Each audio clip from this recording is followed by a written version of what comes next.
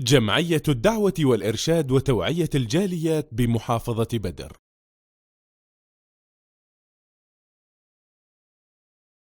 আসসালামু আলাইকুম রহমতুল্লাহি ওয়াবারাকাতুহু। সুপ্রিয় বন্ধুগণ, আমরা কে আছি টেনশন মুক্ত?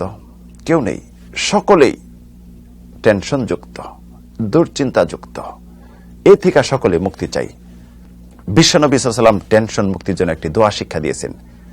দোয়াটি যদি পড়ি, টেনশন দূর হবে, এর পরিবর্তে আনন্দ ফিরে আসবে।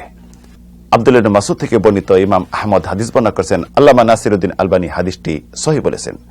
দোয়াটি হলো, আল্লাহুম্মা ইন্নী আবদুক ইবনু আবদিক ইবনু আমাতিক নাসিয়াতি বিয়াদিক মাদিন ফিয়া হুকমুক আদলুন ফিয়া কাদাউক আসআলুকা বিকুল্লি ইসমিন হুয়া লাক সাম্মাইতা বিহি নাফসাক আও আনজালতাহু ফি কিতাবিক আও আল্লামতাহু আহাদাম মিন খালকিক أو استأثرت في علم الغيب عندك أن تجعل القرآن ربيع قلبي نور صدري جلاء حزني ذهاب همي।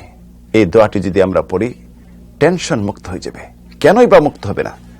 কি পেশ করতেছি দেখেন। হে আল্লাহ, আমি একজন আপনার বান্দা, আমি আপনার এক বান্দার পুত্র, এক বান্দির পুত্র। আমার ভাগ্যলিপি আপনার হাতে, আমার উপর আপনার ফয়সালা ইনসাফ প্রযোজ্য।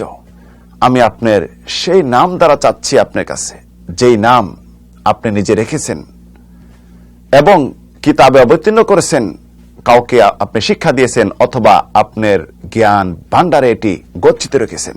এই কোরআন দ্বারা আমার অন্তরকে প্রশান্তি দান করুন, আমার বক্ষ অন্তরে নূর দিয়ে দেন এবং আমার টেনশন, দুশ্চিন্তা, উদ্বিগ্নকে দূর করুন। এই দোয়াটি যদি কেউ করে, রাসূলুল্লাহ বলছেন, দুশ্চিন্তার জায়গায় সে আনন্দিত হবে এবং দুশ্চিন্তা দূর হয়ে যাবে।